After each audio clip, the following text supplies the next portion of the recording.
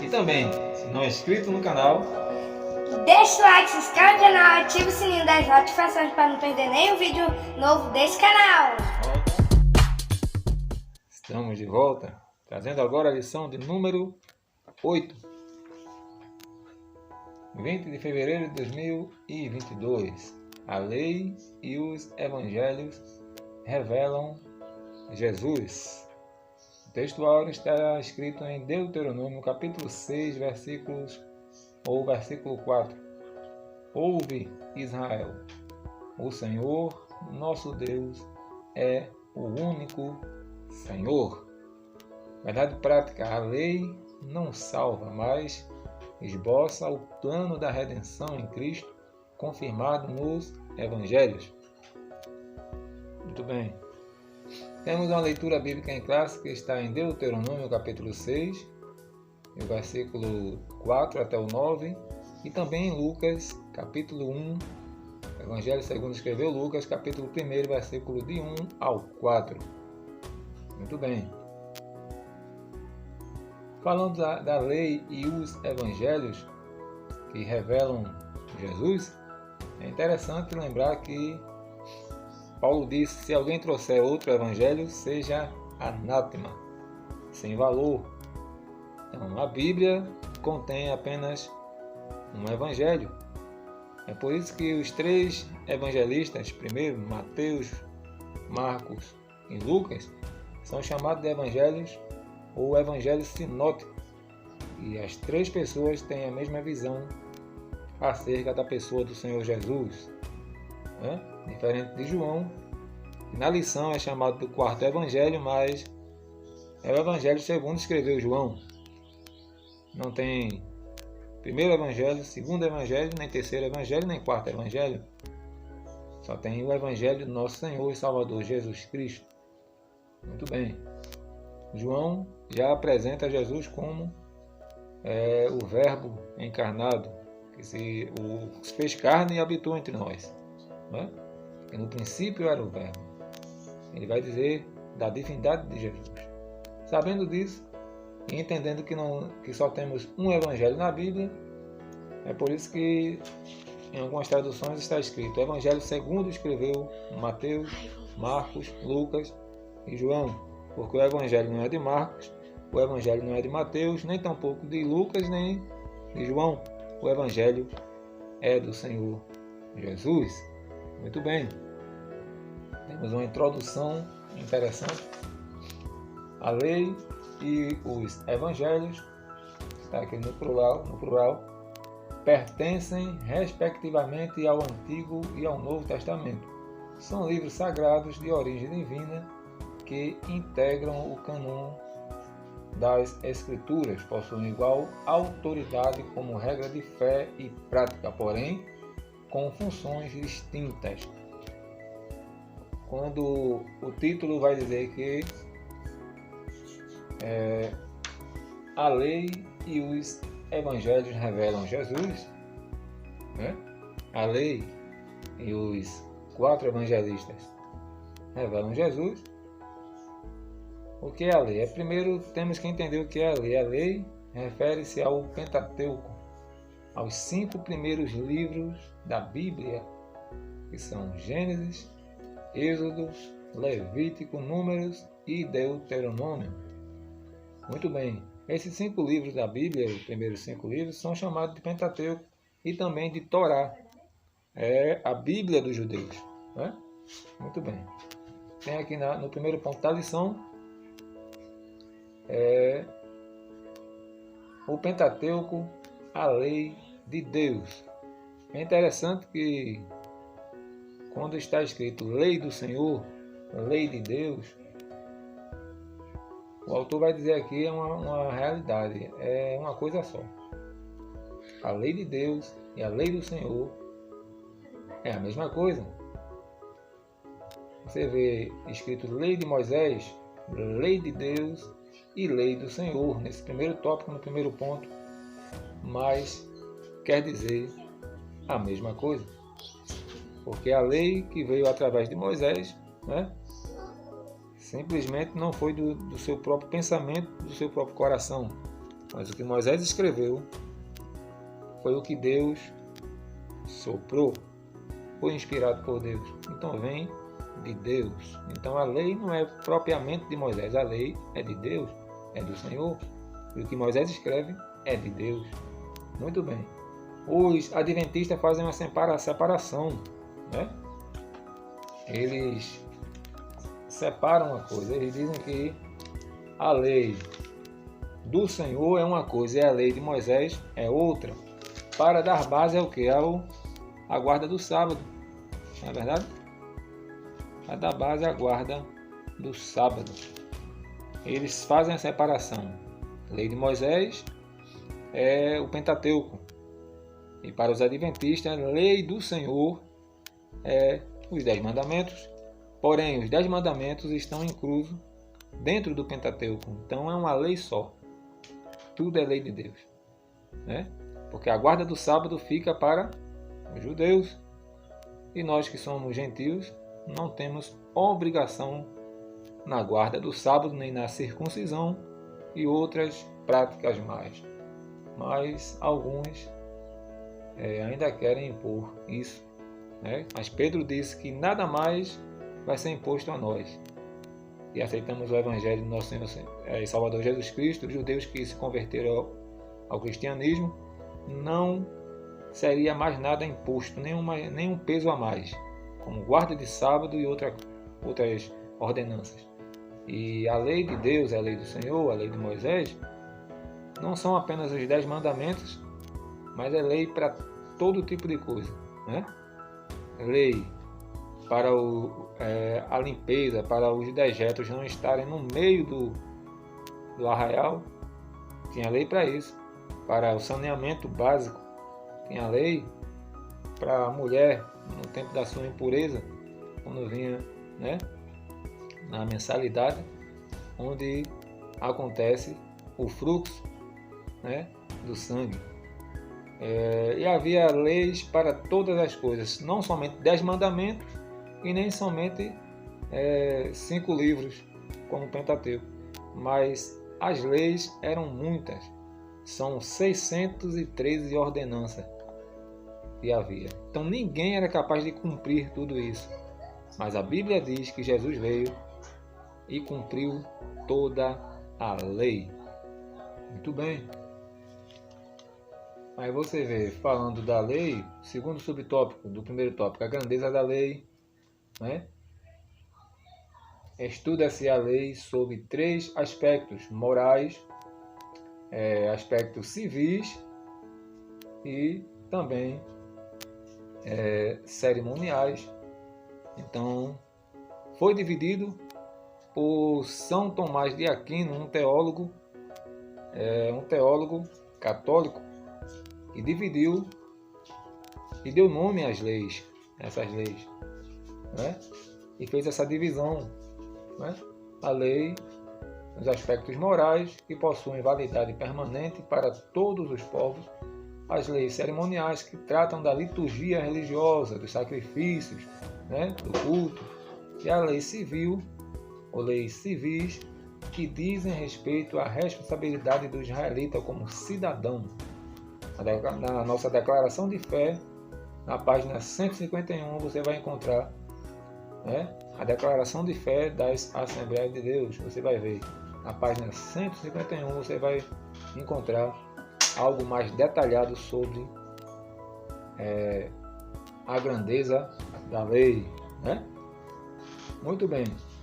A lei e a fé cristã. O terceiro subtópico do primeiro tópico, a Escritura afirma que a função da lei era transitória, era passageira. Ela foi dada para revelar o pecado e demonstrar a necessidade da graça. Então a lei serviu como um aio. O que é um aio? Um aio é uma ligação, é um condutor, né? Você vai ver que houve reis na Bíblia que assumiram o trono na idade menor, né? E não poderiam deliberar sobre alguns assuntos porque eram crianças ainda, mas havia o aio, havia o tutor que servia de condutor para aquela criança até chegar à maioridade. No tempo de Paulo também havia. E quando chegava a maior idade, o tutor, o aio, não era mais necessário para auxiliar a criança no ensino, na educação, não é verdade? Então, quando a criança atinge a maior idade, o aio não é mais necessário. Foi isso que aconteceu. A lei veio para isso, para mostrar ao homem o caminho. As coisas do Antigo Testamento, segundo a Bíblia, foram sombras do que viriam. Quando Jesus chega, o aio não é mais necessário, né? Quando Jesus chega, agora ele cumpre toda a lei. 613 ordenanças, 10 mandamentos, muita lei para muitas coisas e ninguém era capaz de cumprir. Aí Jesus resume tudo em 2 mandamentos, que está lá no livro de Mateus, não é verdade? Jesus vai resumir em 2 mandamentos. Se eu não me engano, é Mateus capítulo 22, versículos 37 ao 40. Jesus resumiu todos esses mandamentos, todas essas ordenanças em 2. Amar ao próximo e amar a Deus. Muito bem. Segundo ponto da lição, os evangelhos, no plural, né? A mensagem de Cristo, conceito de evangelho. O evangelho quer dizer boas novas, vem do termo grego evangelion, né? Com o significado de boas novas, refere-se à mensagem do rei ou do reino de Deus e da salvação. Aí você vai ver em alguns aspectos, na Bíblia vai estar escrito reino de Deus e reino dos céus. Qual o certo? Falar reino do céu ou reino de Deus? Na realidade, são tudo a mesma coisa. As duas expressões querem dizer a mesma coisa, reino dos céus e reino de Deus. Porque você sabe que os judeus, os hebreus, antigamente tinham muito cuidado ao falar o nome de Deus. E alguns não ousavam, pela santidade e a pureza do nome de Deus, não ousavam pronunciar o nome de Deus. Aí alguns judeus ainda falavam reino do céu. Não pronunciavam o nome de Deus por temor, por medo, né? Por reverência. É por isso que algumas traduções, em alguns lugares, está escrito reino do céu e reino de Deus, né? Porque Deus não veio trazer para o seu povo império. Império é conquistado por força, violência, derramamento de sangue, mas os evangelistas, principalmente Marcos, trouxe Jesus como um servo. E romanos, que adoravam uma literatura de alguém que derrama sangue para destruir e conquistar império, aí os romanos se depararam com Marcos escrevendo sobre um rei, sobre um herói que não derrama sangue, mas derrama o seu próprio sangue, que não destrói, mas vem construir, que não mata, mas vem dar vida. E Romanos fica meio frustrado com Marcos, mas Marcos escreve o servo sofredor, Jesus Cristo de Nazaré, né? Quando ele vem justamente para sofrer por mim e por você. Os romanos jamais esperavam uma literatura desse tipo, né? Muito bem. Então, Evangelho é boas novas. Os autores são chamados de evangelistas, por isso que os quatro, Mateus, Marcos, Lucas e João, são evangelistas, né? O evangelista significa portador de boas novas. Os 3, Marcos, Mateus e Lucas, são chamados de sinóticos, como você já sabe. A mensagem do reino de Deus, em Mateus, do Senhor Jesus, após o batismo nas águas, capítulo 3, verso 16 do livro de Mateus, e sua vitória na tentação, capítulo 4 do livro de Mateus, versículo 11, passou a pregar o quê? Que é chegado o reino dos céus. Nos outros sinóticos, a pregação do reino também aparece como tema central da mensagem de Cristo. Então você vai observar que até Jesus chamou o reino dos céus para que eles viessem a compreender. Não é verdade? Muito bem. Jesus veio trazer reino. E no reino nós temos direito, né? Só que o reino de Deus não é a igreja. A igreja não é dona do reino, não é portadora do reino. A igreja faz parte do reino, né? Mas o dono, aquele que manda, aquele que dá ordem, aquele que está na frente, aquele que está governando, é o dono do reino. É Deus Todo-Poderoso. Nós fazemos parte deste reino. Muito bem. A mensagem da salvação nos Evangelhos de Jesus é identificada por 3 títulos principais: Salvador, Cristo e Senhor. Muito bem. Este é o terceiro subtópico do segundo tópico. Já encerrando, veja aí o terceiro ponto da lição. Uma mensagem transformadora. A transformação do caráter. Né? O caráter é definido como a maneira própria de cada pessoa agir. Observe que quando o Evangelho entra, há uma transformação. Onde o Evangelho de Jesus chega, há uma mudança. A largata ela se transforma em borboleta, mas não volta mais ao seu estado anterior. Então, quando há uma transformação genuína, verdadeira, o cidadão, o ser humano, não volta ao estado anterior. Né? Muito bem. Há uma regeneração. Você vai ver que quando houve um encontro de Jesus com Zaqueu, o publicano, ele foi transformado. Realmente teve um encontro verdadeiro com Cristo. Por quê? Zaqueu era publicano. A fama dos publicanos, dos cobradores de impostos, era ruim, de ladrão, né, de desonesto, e acumulava riqueza com isso. Mas quando se encontrou com Jesus, houve uma mudança radical. O que foi que ele disse? Senhor, se eu tenho roubado alguém, eu vou devolver 4 vezes mais. É o que está escrito lá no Pentateuco, que se a pessoa roubasse, teria que devolver 4 vezes mais o que roubou e a quem roubou. Né? Ele disse, agora eu vou cumprir o que está na lei. Mas o fato dele dizer, eu vou repartir entre os pobres o que sobrar e viver do resto. Veja quanto dinheiro esse homem tinha acumulado. O fato dele dizer que ia repartir entre os pobres o que sobrou e viver do resto, não é um cumprimento da lei. Não, ali já é Deus agindo no coração dele. Faz parte da regeneração. Não é? Muito bem.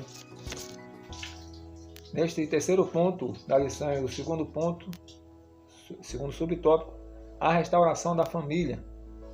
Na lei de Moisés foi permitido a separação, foi permitido o divórcio, mas Jesus disse que o divórcio só foi permitido por Moisés por causa da dureza do coração do ser humano.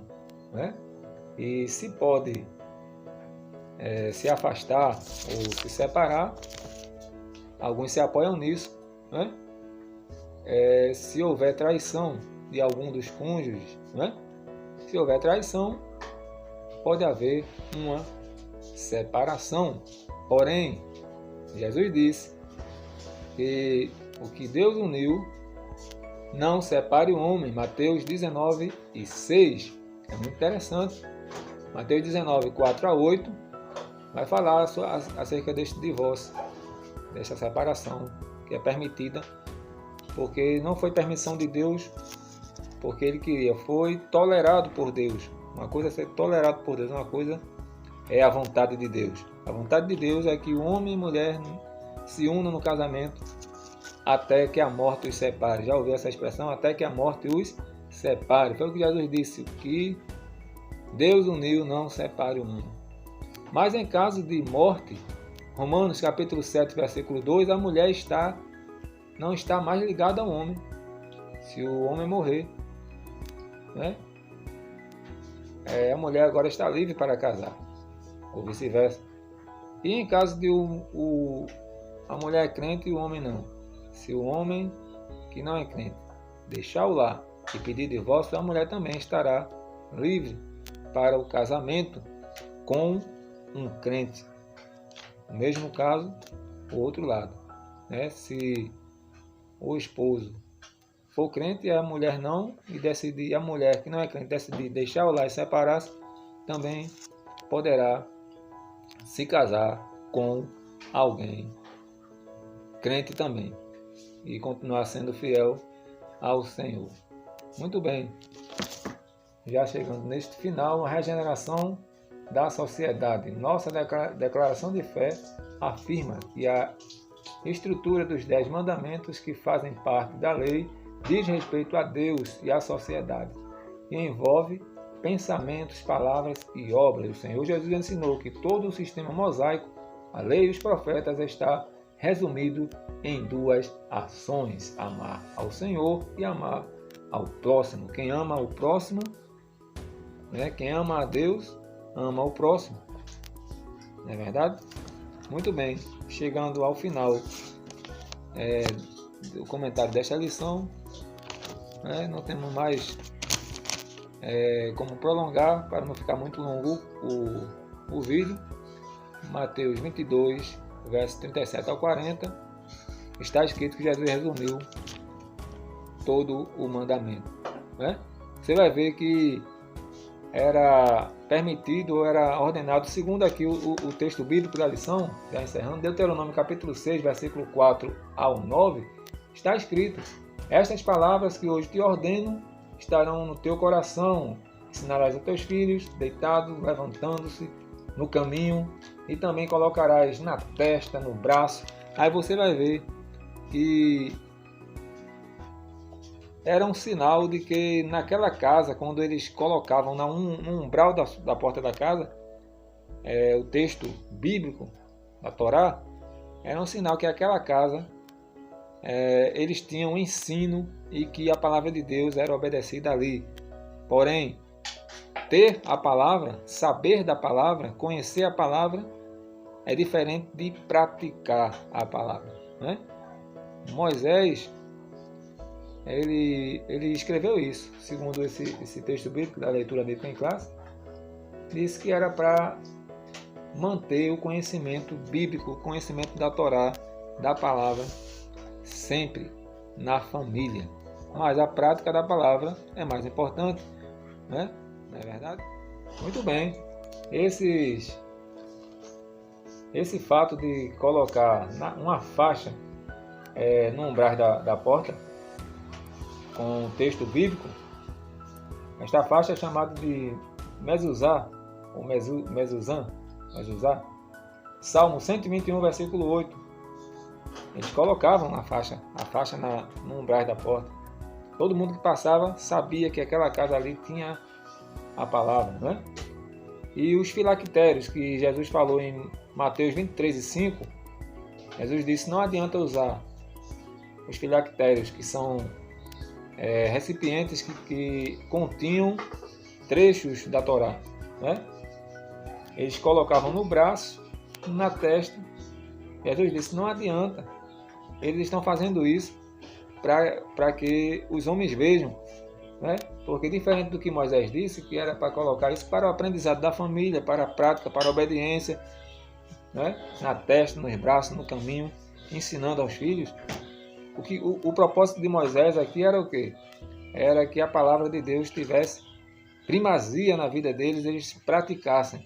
Mas os homens já começaram, na sua ignorância espiritual, começaram a usar isso para aparecer diante dos homens. Está lembrado do fariseu e o publicano? O fariseu foi orar no meio da praça, oravam no meio da praça e dizia: eu não sou igual a este publicano, se exaltando, eu pago do dízimo, eu sou demais, E foi repreendido aquele que fez assim. Então Jesus disse em Mateus capítulo 23, versículo 5, que vocês usam nos braços, na testa, os filactérios, preso ao braço, na testa, para aparecer diante dos homens. Mas que Deus abençoe a tua casa, a tua vida, em nome de Jesus. Amém.